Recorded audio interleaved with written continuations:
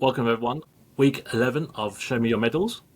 Apologise in advance for not donning my Liverpool top, but our esteemed colleague Vo's already set the trend, so he's already Winter, he's it's too already, cold. he's already broke It's, it. it's winter. It's too cold. Man United keeps losing, and I'm out of United shirt, I've got to buy it. It's my last Arsenal shirt, different Arsenal shirt now. That's it. So 11. I've got 11. Anyway, You went through 11 weeks. Went through 11 weeks, 11 shirts worth. that's quite impressive. Actually. Yeah. Quite impressive. Nuts. Well, look, lucky for me, Man United's only got 7 wins this season, so 7 shirts was just about right. All right, yeah, let's start with Man United. Yeah. There's not too much on the games really. The games was what it was. Man City. We knew Man City would win. You guys predicted a bigger scoreline than 3-0, so if anything, got lucky with that. Onana made a couple of good saves, but no, that game just went as it is. And now this game again, another 3-0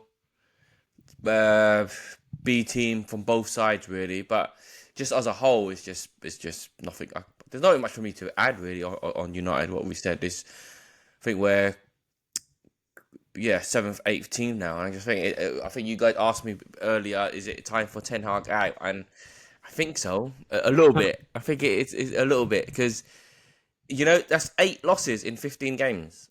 8 losses in 15 games. Man. That is not. Yeah, that is probably what worse than Arsene Wenger during his final few years, isn't it? No, but 8 losses in 15 games. Come on, that is seriously like mid-table team. Like it can't. That's not Man United. That's not what the top 4's form. You know what I mean? It's not even Spurs. Spurs ain't even that bad. How many? Like 0 draws. I think that's probably four or 5. I don't know. I was gonna say maybe It's 4 or 5. 5 wins, 5 wins, 5 losses, from what I can recall. 5 wins, 5 losses in the Prem, and obviously so the other 3, but. Yeah, there's nothing more to add. I think it's a Ten Hag. You know what?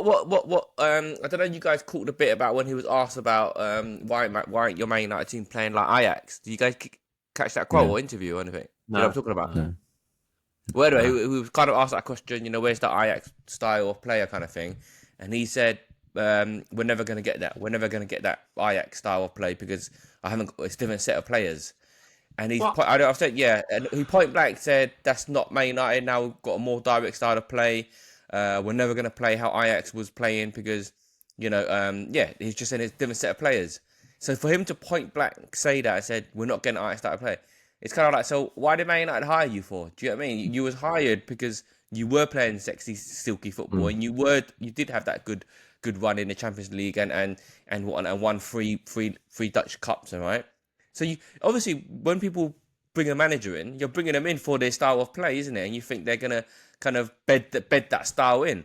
But so for him to go like a whole 180 and say, "Oh no, that's never happening," not even, "Oh, we're working towards it" or whatnot. He literally point blank said, "It's not happening. It's never happening."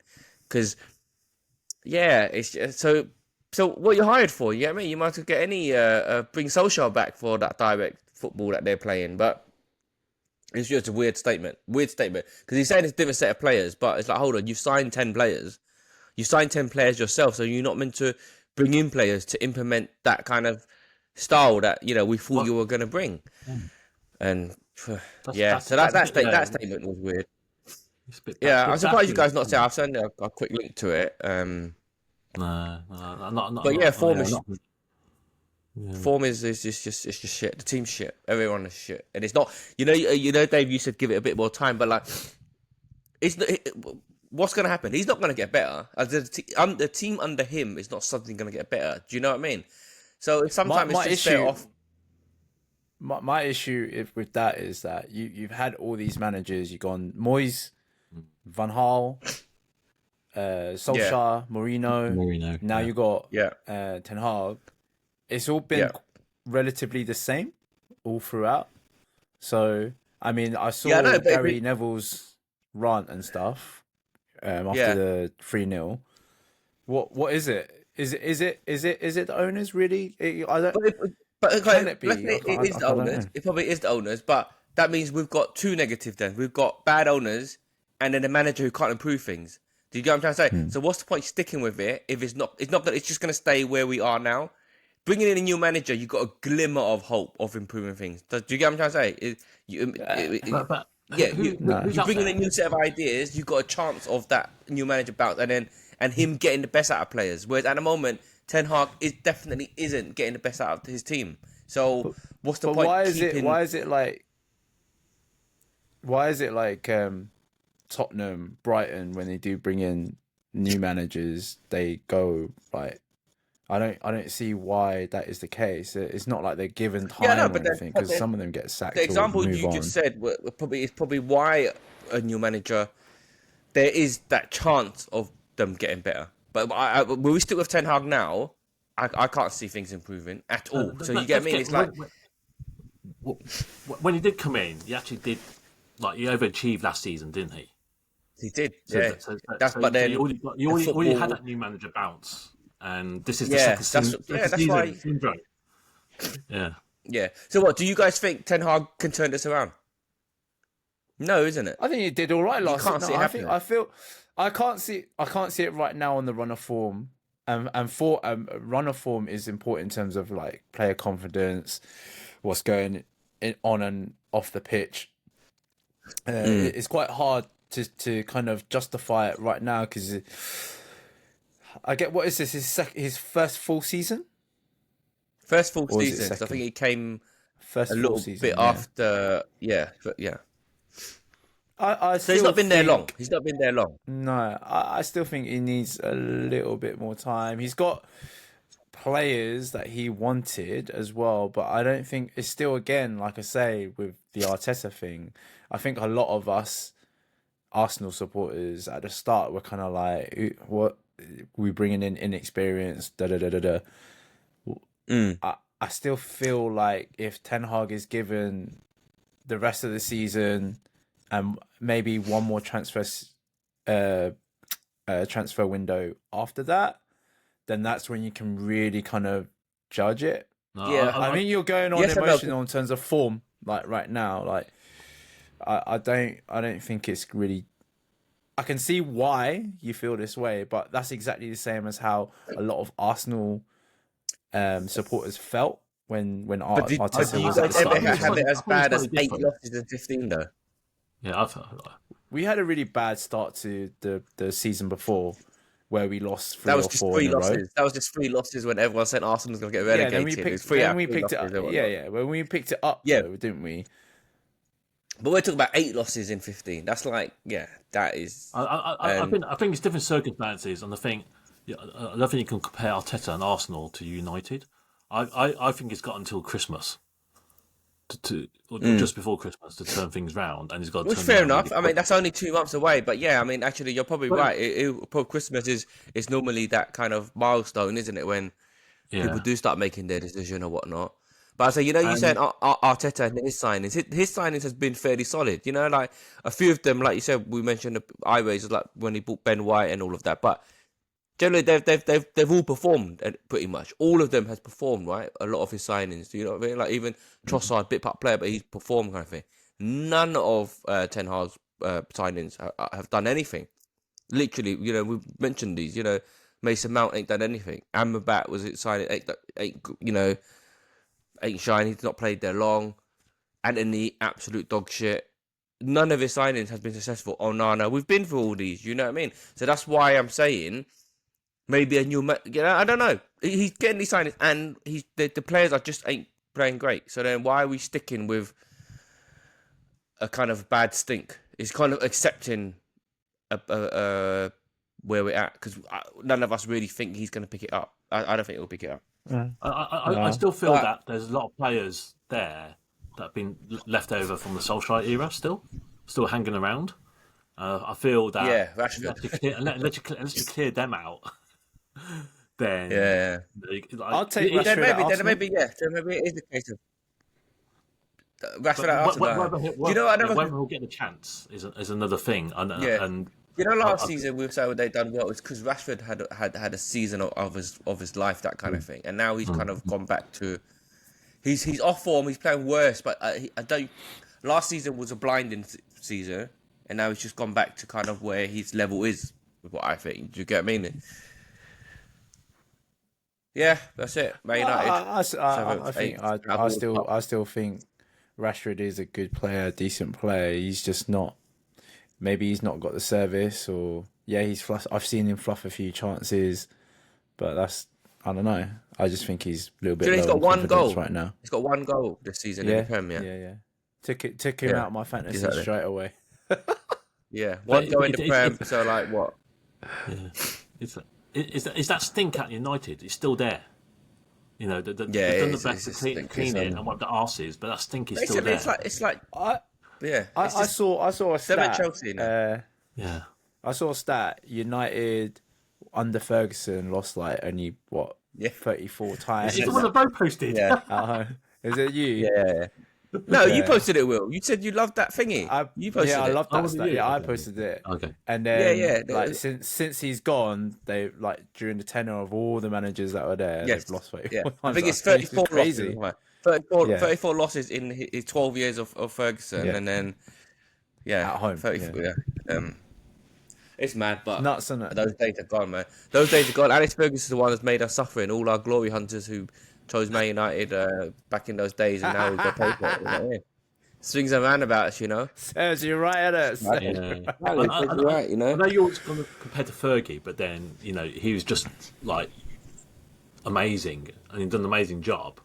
And to top him, I don't think anyone can top him. That's the thing. Nah, but the era's changed. The first season, Fergie's first season wasn't great either. You know what I mean? I know. Okay, I'm looking at you. How would you feel getting in like Guardiola or Klopp to sort the team out?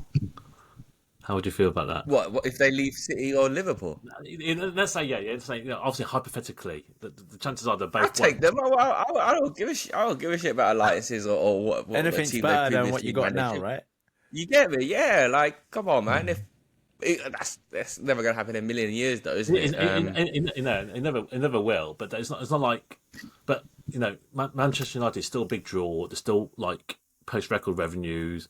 And they can afford, if they wanted to tempt both of them, Nah, it's not happening, man. Don't be silly. It's not happening. Pep is that's fairy tale. That's like unicorns. It's not happening. But would I? Yeah, of course, man. They're like top modern football player managers now. You get what I mean? You can't get any more better than both of them, to be honest, right? Yeah. The next United manager is Poch, 100%. Yeah, we said after sacking from Chelsea, Tuchel. It's just a merry-go-round, isn't it? That kind of thing. No, but who if Ten Hag left tomorrow, who's out there? Realistically, there's not really anyone.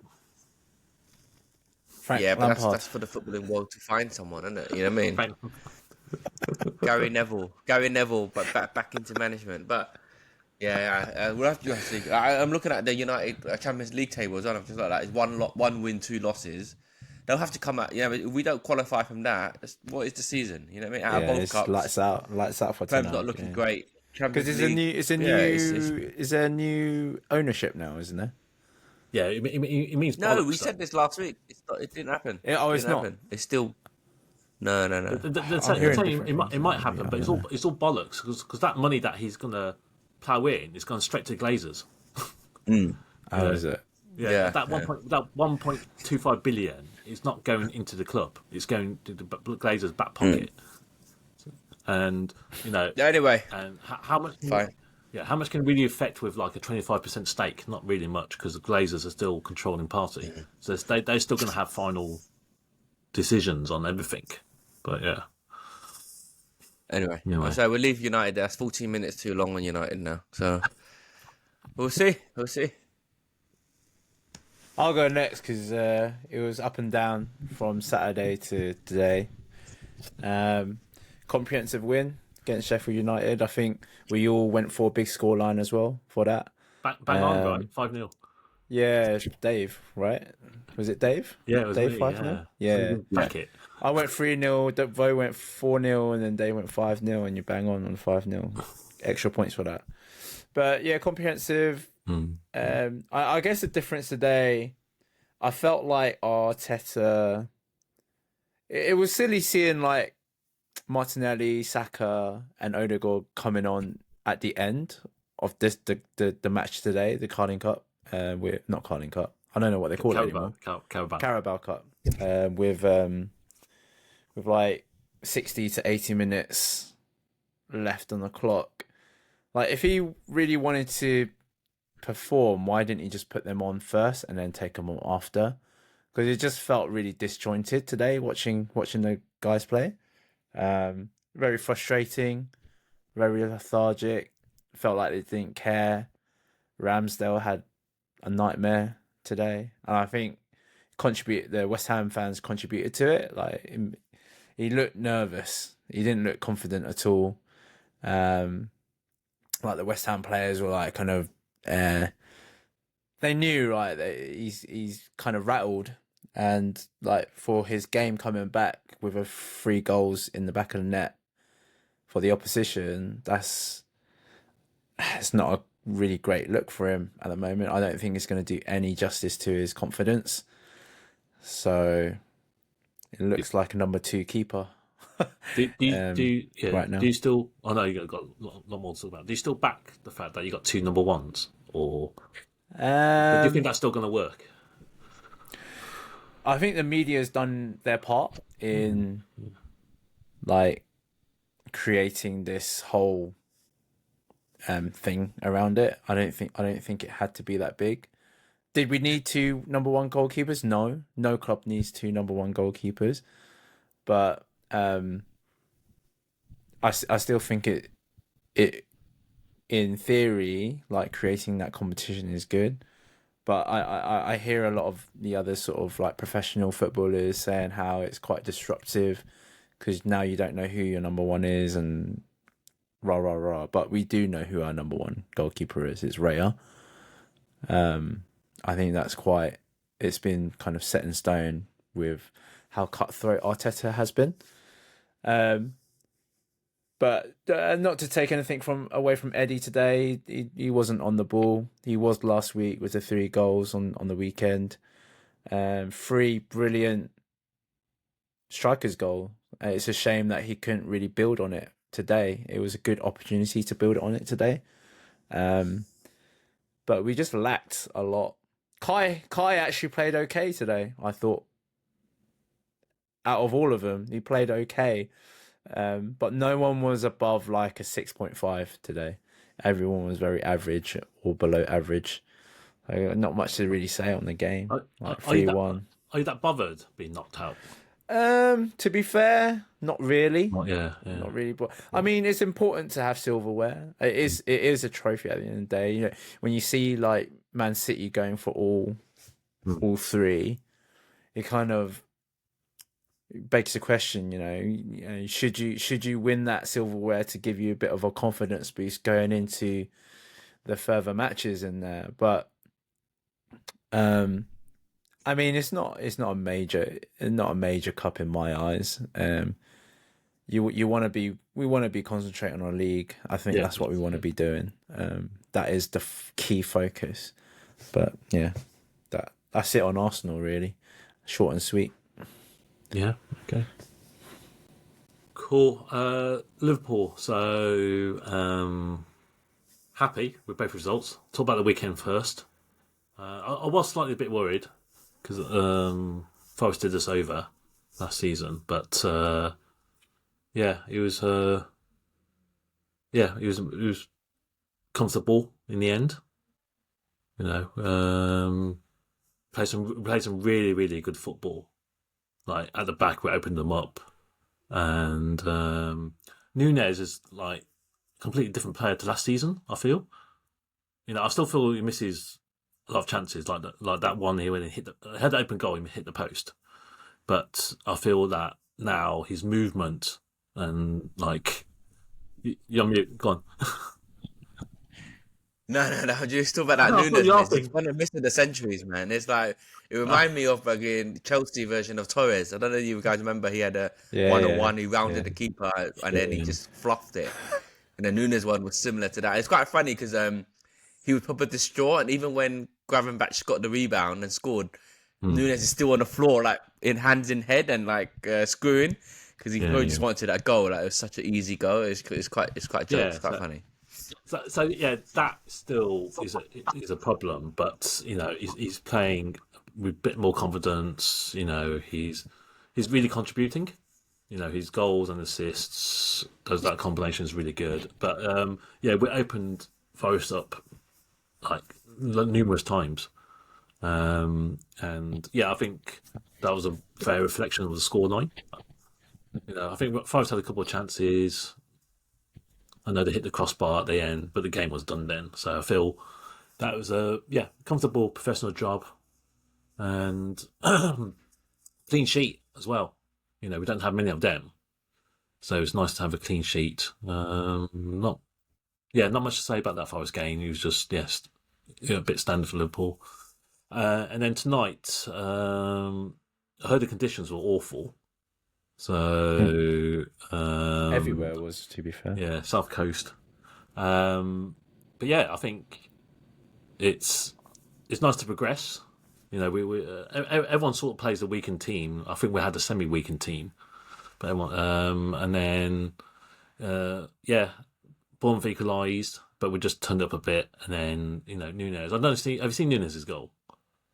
No, I've not watched back on any of the. No, I turned the football off, to be honest. I usually do that when Liverpool are losing. I don't like watching him, but he came off the bench, scored a winner, and it's really good. So that's what from last weekend and this today, I think Nunes is really come on leaps and bounds to last season, and obviously Diaz is missing, so.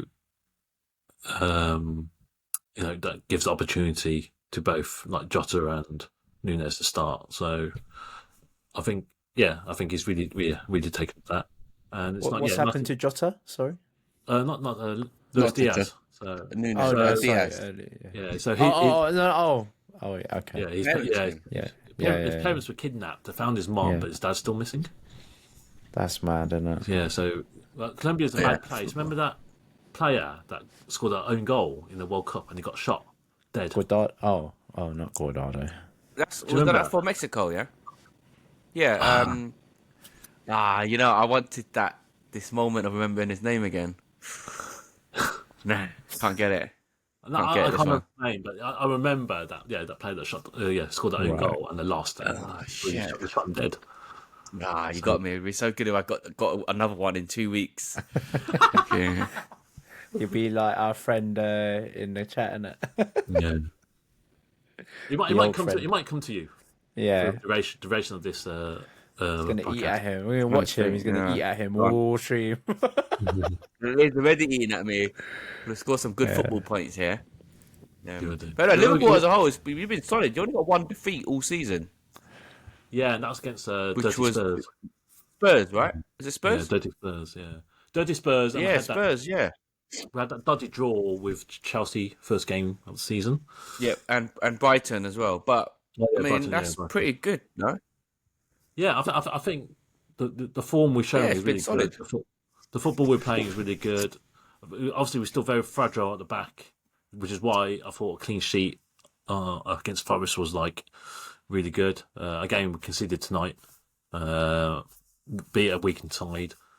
But if we can just sort out that clean sheet, then keep it tight at the back, we've got a chance. And I still feel that we do have a chance. I know Arsenal and Spurs are leading the way. Really good. Only just City's still up there, right? It is really tight on there. It's really tight right now. It's really tight. And do you think Spurs will last? No. Okay. We said they'll last to top 4. Remember, they'll last to top 4, right? Yeah. I don't think they'll last to win it. I think to win it again, it's going to be Liverpool or City, right? I still maintain Arsenal's not going to be in it. Spurs, no, I think Liverpool and City again. It could be Liverpool's year, like they predicted at the start, right? City's been a little bit shaky. They lost 2 games. I did predict Liverpool. I think by the time when by the time when January comes and you make some additions, I think Liverpool could be in good stead. That's if you get the right people in, right? Yeah, I think we should get another Japanese player just to make sure we win it. Just yeah. It's gonna have no. Endo's enough, mate. That hypothesis of Klopp, Japanese player, every winner league. It's coming. Crazy. Anyway, I cheated. I cheated the guy who got shot. And I'm really annoyed at myself because I think I should have got it. I had Esposito in my head, but that's that other legend, right? Esposito, but it's not. It's Escobar. Who got Escobar. shot. Ring any bells? Yeah. Ring any bells, Dave? Escobar. Yeah. And just Escobar. Defender. Yeah. Yeah, I knew I could have got it, but anyway, we move. That's all right. But yeah, I think it's good to be part of the conversation with all the others. We're keeping in there, showing good form. I'm just waiting for the draw to happen of the Carabao Cup. Hasn't happened yet, so I just got waiting. And obviously, we had a good. He's the only one waiting. You bastard. I know, I got so excited when all three of us are playing tonight. I thought, wow. Basically, now me and Will's one is a shit cup anyway, no one cares. But it was a Mickey Mouse, fucking Mickey Mouse cup, man. When you're out of it, it's a Mickey Mouse. When you're in it, you're like, what? You're out of it. Yeah. And obviously we're doing well in Europa League. I know we didn't have one. So I think everyone pretty happy. We're playing really good. I thought our forward line will be like really, really good, and it's just showed this year that our forward line is like really, really good. That's it, really. Yeah. All right, football done in 26 minutes. We're getting better. Well, you took 14 minutes of that. To me, I wanted to move on. I wanted to move on. I actually said. Yeah, I actually said I haven't got much to talk about, and I said, look, we're not going to talk about the matches, just Ten Hag out, and we'll move on. But it just went on about ownership and yada yada yada, But I think that reflects what generally is happening. Like, there's more talk about United than Liverpool and Arsenal in general in the press and social media and all that stuff. Yeah, I guess. I mean, with Liverpool, you're winning. You know what I mean? It's not much to add. It's just it's when it's going shit. That's few rounds there. Okay. Predictions? Right. How did what the match is? Arsenal Newcastle, right? Yeah. It's a difficult one. This one, Newcastle. Newcastle against you was 3 point. Newcastle were 3.25 to win against you. That's today. Tonight, yeah. It wasn't even 3.25. It was 3-1. 3-1. Ah, so it's 4. They were. Yeah, 4s. They were 4s. It's crazy odds. It's crazy odds. But crazy odds. That one. But that's why I'm a bit. That's a proper. I don't know about like. It's going to be a tough game. I think it's away as well, right? Is it away? Yes, Arsenal's away. Yeah. It's tough going up there, to be honest. I think we might scrape we'll scrape a 1-0 win or something. 1-0. You scrape a win, you reckon? But remember, this is what we were saying. How it's the testing time for Newcastle now. See what they actually got. It's Arsenal. No, actually, no. What am I talking about? They've got easy games. Arsenal, Bournemouth, Chelsea, Man United. What? Is there hard games gone by? Them. Oh, sorry, no, it was Spurs that's got a dodgy run. Yeah, Spurs has got a challenging run. Newcastle's actually still got a pretty easy run, to be honest. So, So, winnable run, right? I'm gonna go 1-0, 1-0 to the Arsenal. I think we'll scrape. I think we've learned from past experiences. I don't really count the performance from the Carabao Cup like today because it's B-rated team, right? Yeah. I think once we get in there, I really do feel like we're going to have some potency, or at least a lot of resistance. So 1-0 is what I'm going to go for. It's going to be hard fought though. Very boring match, I reckon. I think Newcastle win for me, so I'll say 2-1. 2-1. Callum Wilson goal. I'm going for boring 0-0 because I think 0-0. Both teams. It's a game that both teams don't want to lose. No. Yeah. And I think it's going to be tight, like Will said. I think it's going to be tight. Both teams don't want to lose. Yeah. So because they're so close at the top, right? Yeah. Like, they'll want a point going out of it, at least minimum. Yeah. But I still think Arsenal do have enough to kind of really pip it. Yeah. But yeah. Okay. Who's next? What's the next one? United Fulham. United Fulham. Any clean sheets? Not really. United away, lunchtime game. Come on, United should win 2-1. 2-1, please. United away. I'll go 1-0 Fulham. I was thinking about that 1-0. And because it's lunchtime kickoffs, we know they're fucking dog shit. Always off. It's United travelling as well. Like, it's horrible for them. Imagine. I think Fulham would do 2-0. Imagine, oh my god, this is the confidence everyone has in United now. Like, you are basically saying United's gonna lose 9 games out of 16. I mean, Jesus Christ. To be 9 fair, games out of 16. I'm gonna switch it. I've seen Dave just gone offline for some reason. I'm gonna switch it to 1-0 United because I need to back my fantasy pick. Pick. Right. Anyway, let's not waste too much time, United. All right, move on. Liverpool. We can hear you, Dave, but we can't see you right now. Liverpool's got an easy game away to Luton. Ooh. Away to let me jump off and come back on. So, no, you're fine. It'll say it said it'll it's recording anyway. We can't see you, but it's fine. Okay, fine. I reckon. Do you want to go first, Dave? Yeah, go on. Well, my club, I'll go first. Yeah. This guy, man. Anyway, I can't even see you, so I don't know how to react. Luton and Sheffield are United are just like both in the dog shit. I reckon I'm gonna go for 5-1. What, are they going to get a goal? I fancy a 4-0. Salah. Oh, that's what I was going to go for. I got to go different. I'm going to go 3-0 then. 3-0. 3-0. All right. 4-0. 4-0, 3-0, 5-1. Nah, I don't. Go 6, Will. Go on. I don't think 6, man. Surely. Anyway, which ties us back to.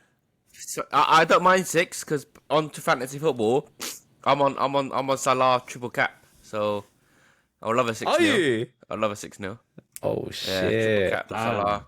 It's time. I mean, come on, it's Luton. You know what I mean? Like, imagine if you weren't Luton in the Premier League, right? Imagine they're meeting in the FA Cup or something, and you see Luton. You think they're gonna smash them 8-0, no? Do you know what I mean? You'd want them to. And back to our scores last game. Oh my god, I had a nightmare. Like, what a knobhead. I took out Haaland because I thought Man United's gonna do something, and I brought in Watkins. I thought Watkins gonna smash Luton. Basically, Haaland 14 points, Watkins 2 points. I mean, it can't get any worse. I captained Watkins. I think me and you were the only people that captained Watkins. It was 16 for and Andrew and Andy. He's the one who sent that Family Guy meme about it. So yeah, three of us knobheads. But you know what? Watkins were killing it. He was killing it before that game, and against bloody Luton. Did you see? That was a good tip. Yeah. The keeper made a 6 save on him though. I don't know if you saw it. He just did his job. Yeah. It was like 1-1. Did you see it? Yeah. Like that would have just been. That would have been all right. That would have fucking boosted us up. But in general, standings, Will, you're still top by 1 point. I'm still in 6th. I had 15 points on my bench though as well. Who did you leave on? Ooh, Calvert-Lewin. Nice. Calvert and Taylor. But I didn't know. You can't complain too much of Taylor. Taylor's just a lucky one, really. But Calvert-Lewin, you could have done something. Yeah. And our Dave is still bottom third. No, a grey circle. No move. No move. Yeah. I think I took a gamble with Watkins, but I thought it was a really, really good gamble. But yeah, I think I moved to first this week. I moved to first to this week. But you know what? It just shows fucking can't trust United to do anything. Because you're right, Vo. You blowing your brains out or what? A bit of a cold here, mate. Anyway, but yeah, move on. Good job on that, Will. You're top of the league. Yeah, I mean, do you know what happened? I think our friend from Thailand made 3 moves. I haven't looked at his thing. He made 3 moves, but he kind of just got enough points to come he had close. He had Bremo on the bench. Yeah, that would have been quite dangerous for me. But yeah, I did the unthinkable. I brought in a United defender. Guess who I brought in? Maguire. Reguilon. No. Johnny Evans. Oh, Harry Maguire. Johnny Evans. Johnny Evans. I've Johnny Evans. You're Johnny Evans.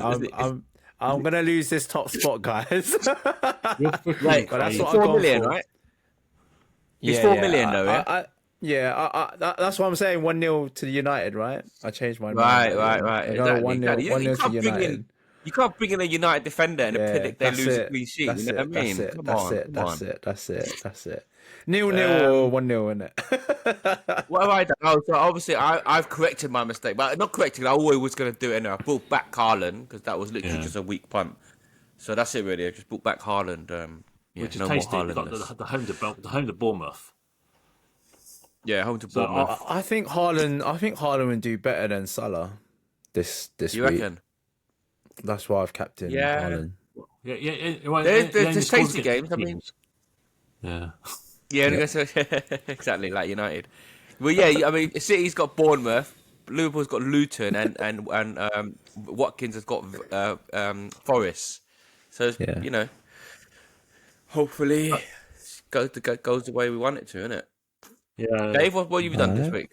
I haven't done mine yet because I'm a bit conflicted. You've not done yours, yeah. There's is there lunchtime? Yeah, I'm a bit conflicted. No, Saturday. Okay, Saturday lunchtime, yeah. Because I haven't got that much wiggle room either. So I might not use a transfer this week. And save it for next. So you can do a double. Basis that I got like Salah, Haaland, and Watkins, and I'm playing against 3 as a team. So if them 3 perform, then I'm squids in. I just noticed I'm in the top 1% of the whole thing right now. Yeah. Oh yeah. Yeah. For now. Dizzy. Nosebleed, isn't it? Whether or not I maintain that shit. Yeah, proper nosebleeding right now. Never been up so high before. You can't get higher than that. I know. Let's see what happens. Yes, I don't think I'm going to make a transfer. I think I'm going to save it. You're leaving it? Okay. We'll enjoy your first and bottom for another week then. Do you know what, though? I feel like I'm giving our friend from Thailand some tactical hints here because he's listening to all of this and he's like, oh, so that's what he's doing. Yeah? No. He's actually thinking, this guy ain't no threat, man. I don't care what he's doing. This guy, Johnny Evans. Watch him score the goal, mate. You're having a bubble. Did he put in Douglas Luiz? He put in Diaz and Watkins as well. But he obviously didn't captain Watkins at least. But Diaz did all right.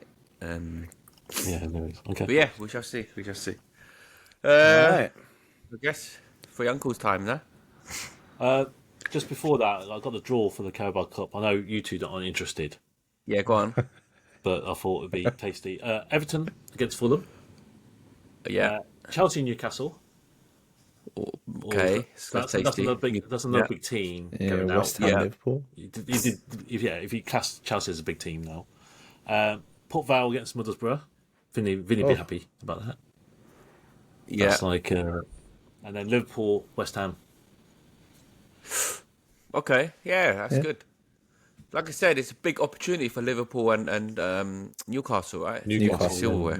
Two of the best clubs left there.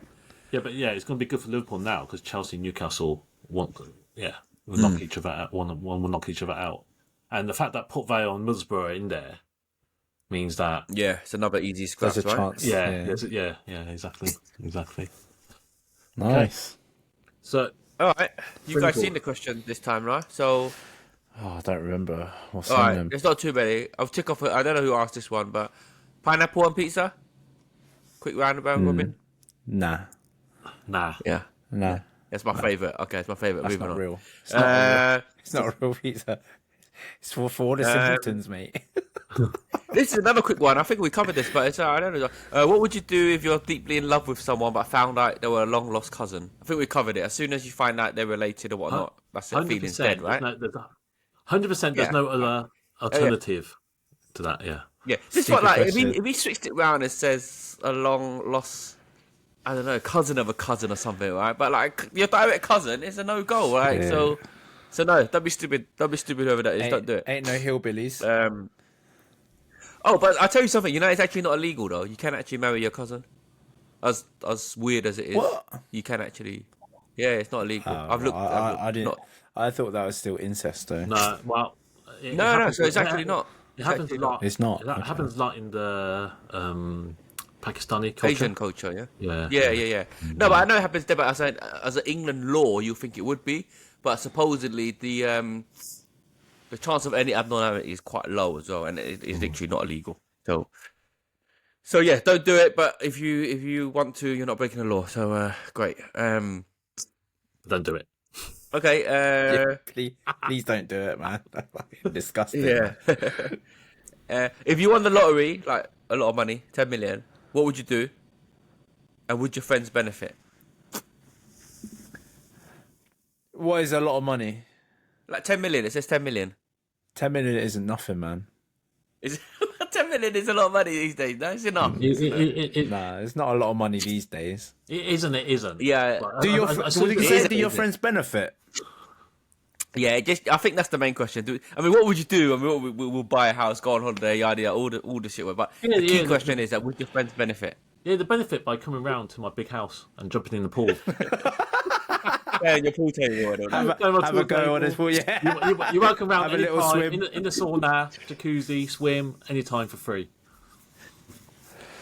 I don't know. Like, it depends. I guess you guys have, like, you would have really close friends, like us. But I think outside of that, probably not really. Like, maybe, I don't know, because once you start doing it, your friends will come out of the woodwork and it would just be like harassment by that point. So I wouldn't really want to do too much. I help out with something if they need to, I don't know, get it or whatever. But 10 million isn't, honestly, it isn't a lot. Yeah, of money. You know, that can go quite easily. Yeah, I think our views has changed. When we was younger, like, you know, like we were in secondary school and the lottery first come out, you're like, oh, if I won the million, I'll give all my friends this, that, and another. But times have changed. As you get older, you get a bit more wiser, and you kind of start realizing how far or how little money can actually go. Because if you won a lottery, you got 10 million, you need your family to be secured before you even start thinking about your Tom, Dick, and Harry friends. You know what I mean? So it's a case of now. I mean, like I said, when you're young and naive, you think, "Oh, I'm gonna buy everyone a car. I'm gonna do this and do that." But now that you're a bit older, you got your own family. No, your friends are not gonna benefit us, and it's just they can. I'll buy them a round of drinks and that's it. Yeah, if everyone's expecting like £1 million, you can go whistle for it. But you know, when you were younger, though, and you think, oh, you win, like, I don't know, let's say 20, you did think you give all your friends money, innit? Like, 100%. I remember my friend that they said to me, they're buying me the Honda Civic, the Jordan version, the yellow one, the special edition. Oh, yeah. I love that car, man. Yeah, there's like a special edition, and that's. Yeah, I think just this. I think our knowledge of money has changed, so therefore your friends will just stay as they are, and they can enjoy their poor life. Well, not in that to that degree, but I think like 10 million in terms of your family generation, it can last maybe up to like 3 to 4 generation. Yeah. If they know how to use it and stuff, and I think that is probably where you want. Obviously, you will invest some for that family aspect. Like, even looking at like uni fees these days, extortionate. So you want to be able to, in terms of like carrying on generation wise, you want to sort your that own wealth house to out. be there. Yeah. Yeah, We'll because call it on the once house you, out, yeah. I'm telling you, once you finish with all your friends, if you have that mentality when we're younger, you're not left with much. You're left with probably like 2 million from that 10 million. Honestly. Yeah. A lot. Yeah. Anyway, yeah. I bet make believe. different mindset. None of us are ever gonna win 10 million. But you're welcome anytime to come over. Yeah. Okay. The love of your life wants to get married and wants a 20k ring, but I can't afford it. What would I do? Or rather, it should be. What should I do? I think that's it. Yeah. Mate, I'm gonna tell you from my own personal experience. Yeah, love ain't shit. It don't mean shit, man. It don't mean shit. I'm telling you, that 20k, you're better off investing in yourself. That's what I'm saying. It's your love of your life. If she loves you the same as you love her, she won't care what you give her. That's what I'm saying. Whoever it is that's got this problem, don't fucking spend 20k on a ring, because you won't find that shit you won't get a bet. Unless you won the lottery and you're the person that asked that £10 million question. Then go ahead. True. Hold on, 20k ring, Dave. You sure you didn't put this question in yourself and you need me and Will's advice, mate? Mate, ain't happening. Nah, but in short, yeah, like I said, I mean, even like a 20k ring, right? Or an expensive ring, and the love of your life wants it, and I can't afford it. Then she should be supportive of that. Do you know what I mean? Like she don't need you to be spending beyond your means, because once you're married, you're like your money's each other's. You know, she shouldn't want to force you to. I mean, not even 20k. Like literally, like I said, beyond, like if it's more than what you can afford or whatnot, she shouldn't need that, because eventually, if you're spending 20k or X amount, that is the money of you two together. Do you get what I mean? That 20k, when in 10 years time, when you may have kids, that could send your kid to nursery or a better school. You don't need that kind of thing on just an engagement ring. I mean, if you're made of bucks and you can afford it, yeah, they just get as expensive ring as you can. You get what I mean? But if you kind of got a girl who said, "Look, oh, you know what? I'm not accepting your engagement if it's not 20k or whatnot," then yeah, get out of there, man. Get Honestly, out of there. She's not. Get out. Yeah, she's not the love of your life. And no legit girl being love of your life is gonna make requirements such as that. And if you have got that requirement, is you sort your life out. Yeah. Like Vo says, whoever it is, just be within your means. Be happy. The main thing is that you're happy. Yeah. Just have a conversation. Have an adult conversation about it. So, and that's your first test with that person. If it is the case, if she's not whatever, like I'm not gonna accept this shit, then you know, man. Like it's not worth selling your kidney for. I'm telling you. Yeah. So. Yeah, so Dave, have you? I'm telling you, it's not worth it. Dave, have you had a browse of any rings yet? Then? No. Should I? No? Okay. Yeah. Should I? Small pause there. Do you know to pause there? Look. Little glimmer of doubt. Okay, fine. So, but has it never been mentioned, Dave? Never mentioned a preference or whatever. Don't need to mention it. So. Don't need to mention it, so you know it's not me that put that question in. Oh, okay. All right. He's slippery, this guy. He's very slippery. Personally, I wouldn't even put that as a question on there. Expose myself, but yeah. Along the same lines of love of your life, but it's a simple one. Would you move across the country for someone? Possible. Yeah. Yeah. Yeah, I'll think about it. Possible. It's definitely not a no. You know, it depends on circumstances again. It depends where. I think it depends the type of person you are as well. If you're someone that is able to kind of adapt and make friends and whatever easily in a new country, then it should be viable. But then you're going over there for your love, your partner, right? So I think, as long as you both want to do that, then I don't see any issue with it. Just we kind of say this a lot. You only live once, right? You got to take your chances sometimes, and if you don't take those chances, you make your mistakes, and the main thing is that you learn from your mistakes. Yeah, and I could be privy to that. Mistakes are going to happen, but you won't know until you do it and you go into it. But that's life in general. You just need to know how to pick yourself up if anything does go wrong, but nothing wrong with it. Be happy. Probably slightly different. I said I'll think about it. It's definitely not a no, but it's definitely not a yes either. For me, if I would want to explore other opportunities first before that's the final decision, and it depends where as well. So for me, that like living abroad living in other countries never been appealing for me, like Hong Kong, America, that sort of thing. So I would have to have a real think about it. And I understand that you might be losing the love of your life, but then you're losing a lot of things here too, like family, that's friends. a good point. The big thing for me, the one thing that you lose, right, is like kind of the accessibility, seeing your family, so easily, kind of thing. Like when they say move countries or move across country, I'm talking about like, especially when you're really far away, kind of thing.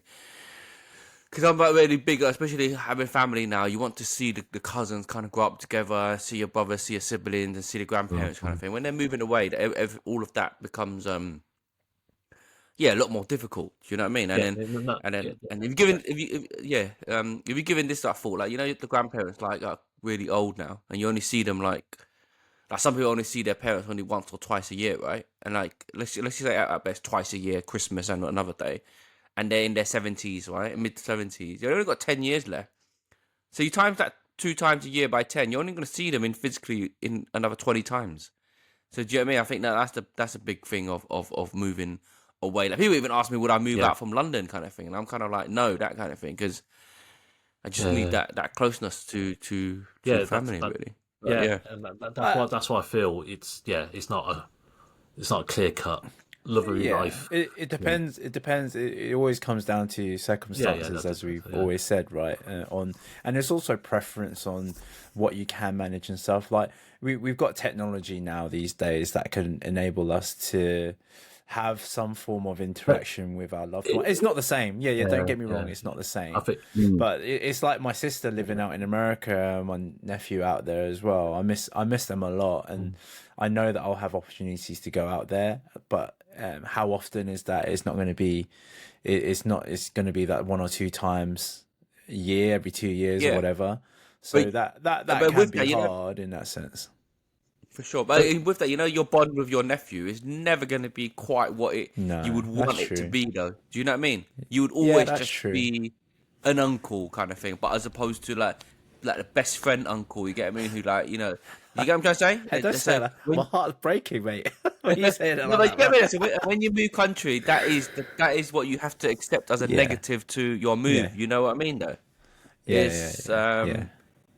And like cousins playing together. I mean, it has its pros because I can imagine having a cousin abroad, and if you do see them once a year, that excitement would build, though, innit? Especially if they get on and be like, I get to see my cousin, we're going to America. But at the same time, you can't beat that bond of seeing each other like on a monthly basis. You know what I mean? And playing together, and literally growing up together. Yeah, on a regular basis, and not only that, obviously you got your lovely life, but you probably need some sort of support network for yourself as well.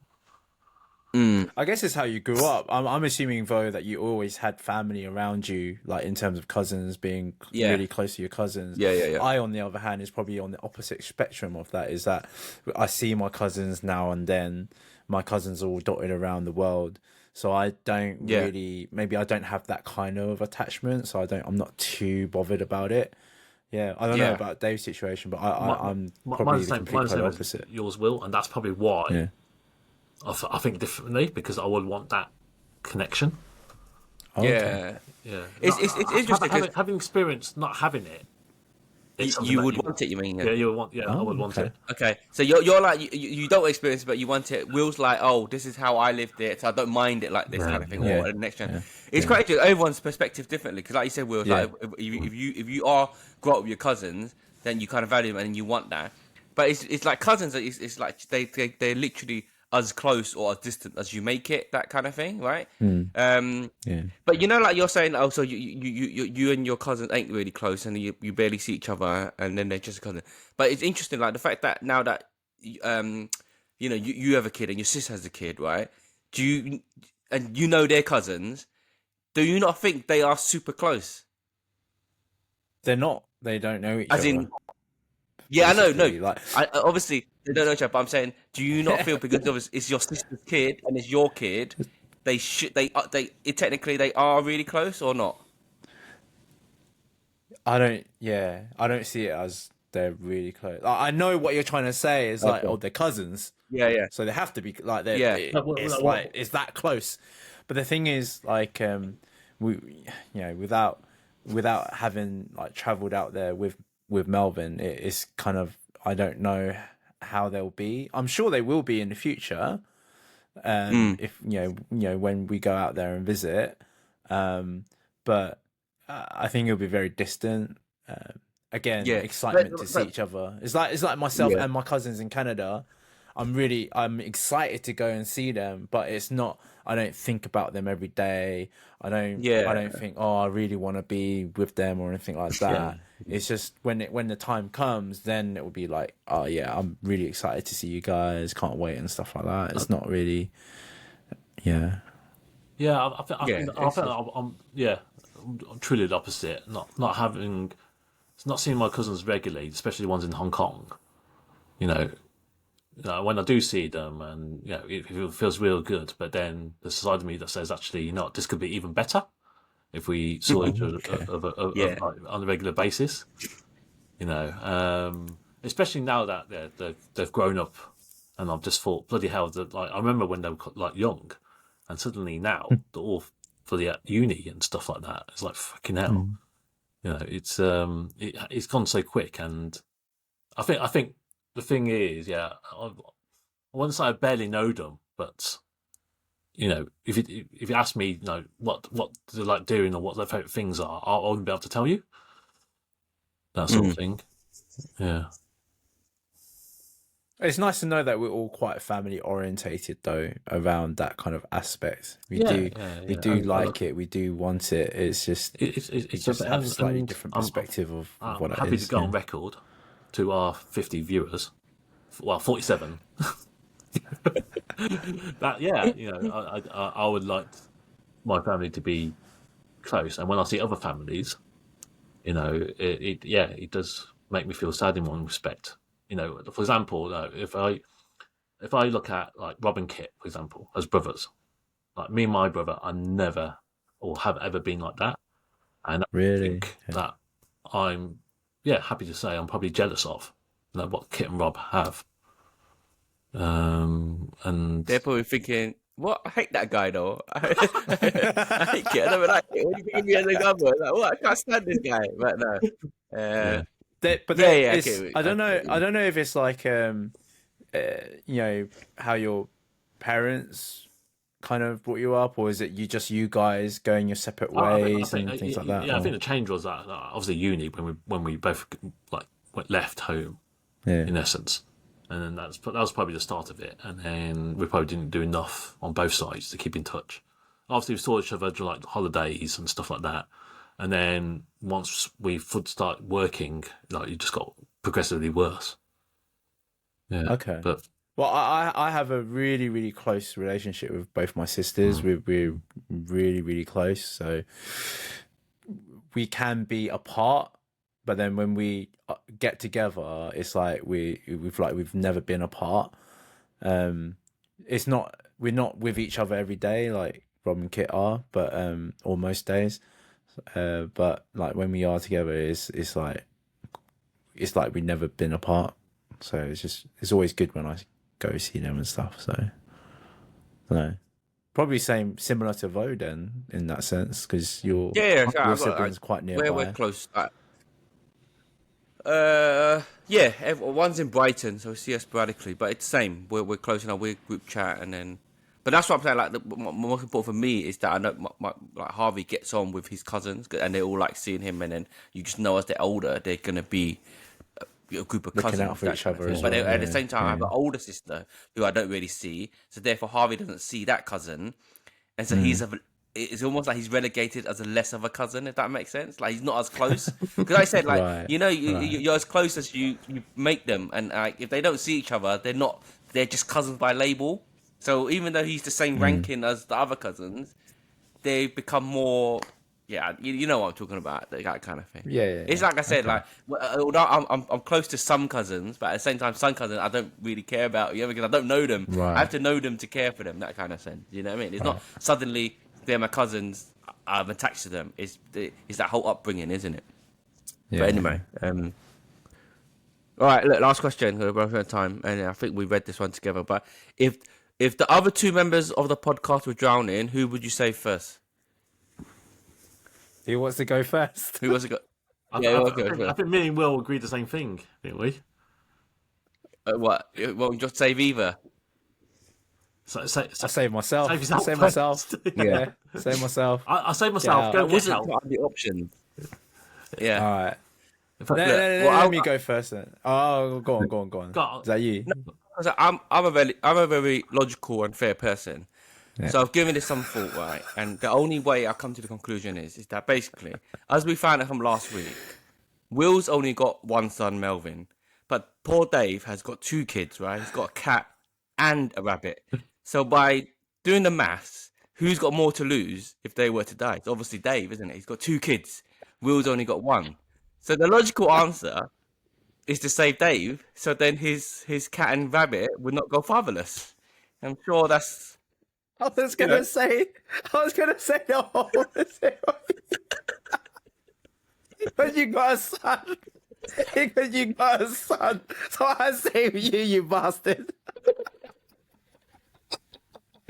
Wait, Will, we've only got one child. You know, Dave's got two. Yeah, two. He's got two. Yeah. Now that you say it like that, he's got two. Now you're making me see. Yeah, I feel like a bastard for not saving Dave. Exactly. Yeah, imagine, so now it happened and you saved me, right? What's the cat and rabbit going to do, Dave? Yeah. Exactly. He's got 2 mouths to feed, right? Whereas we only got one. So, look, me and Will happily die, and our kid would only one kid would mourn us. So therefore, Dave's 2 kids don't need to mourn him.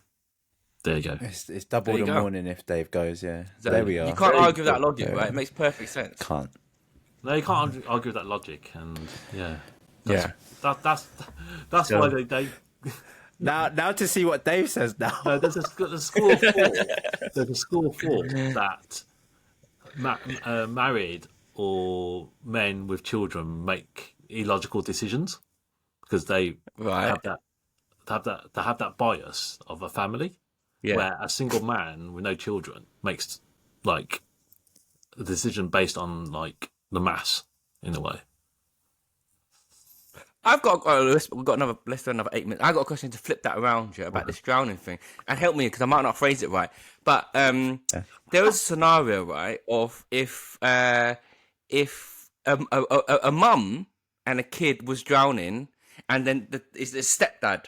It's not a dad, right? It's the stepdad. So he is married to the wife. He loves the wife, but the kid's not his kid. And then the question would be, who would you save, right? And the dad would, who would you save? You would save the wife, isn't it? You would save the wife. Because, as mean as it sounds, it's not your kid, right? And he's only your kid because of the wife. So therefore, in that scenario, you save the love, right? And the love is your wife. But then, in that scenario, the wife would resent you because like, why didn't you save my son? That kind of thing. But that's like, but it's not my son. Do you get what I mean? That is when you do that whole stepdad thing, when you think, even though they are your child, I mean, they can be. But do you get what I mean? That whole package is a weird one, isn't it? Because you would, without the wife there, you wouldn't have that much attachment to the son anymore, if that makes sense. Well, and this is a scenario of, you might paint it and be like, oh, as years go by, he is literally your son, right? I get that one. But, like, if you were with him and it's been so long that he'd be... Irrelevant of that, you should always save the child, no? Any child. Yes, I know. I'm going to like but I'm saying, it's your literally love of your life drowning, so you want to save her as opposed to the child. Does that make sense, though? Does that make sense or not? Ooh, that is tricky. That is tricky. It's a tricky one, no? But it's a tricky one. But I totally get what you're saying, because you're only there because of her, isn't it? You're only in that relationship where she has a son. You've accepted the son because that's part of her. Yeah. But then it's really deep when you bring on the fact that when you saved her, she resents you after because it was her son that you didn't save. She 100% would. 100%. That's mad. Yeah, that's mad. I know. I think I saw this on. I think I saw it on Instagram. I was like, man, that is a brain teaser. It's a brain teaser. I think there's a film about that. Where someone saves her, but not the kid. Yeah. Or TV program. I can't remember. It rings a bell somewhere. But that is mad. You've gone to save her because you want to keep loving her, but then it turns out because of your actions, she hates you because you didn't do like supposed right thing, like saving her. That's mad. It's literally confirmed that basically you don't love my kid. You're fucked. I mean, you're fucked. You're fucked. Basically. Whatever you do, you're fucked. Yeah. I think we have to do go on boats or anything like that. I was like, always wear a life jacket. Always wear. That's our tip. Yeah. And I did have an answer for the original question, but I was going to suggest I'll save the person closest to me, and then we both go and save the other person. But that's not allowed, is it? Is that allowed? The question is, there were no who conditions. First? There were no there was no conditions around it. Yeah. So I will save the nearest one, and then both of us together will save the third one. But anyway, whoever's got the most kids gets saved. That's what we do. Yeah. So that's the I'm gonna equal Dave soon. So therefore, Will is definitely the one dying. So. You said anything about dying, man. Jesus Christ. All right. Well, on that note. Yeah, on that note, 106 minutes. Nothing too controversial. This one, nothing too. Bitsy. Nothing. No love. No one's super struggling, basically, like they were last week. It's because, the person's probably like not sought our advice, and then their relationship's over. That's probably why. There's no relationship to ask for. All right, cool. Right. Let's leave it there then. Yeah. All right. See you guys next week. I'll see you next week. Yeah. See you all.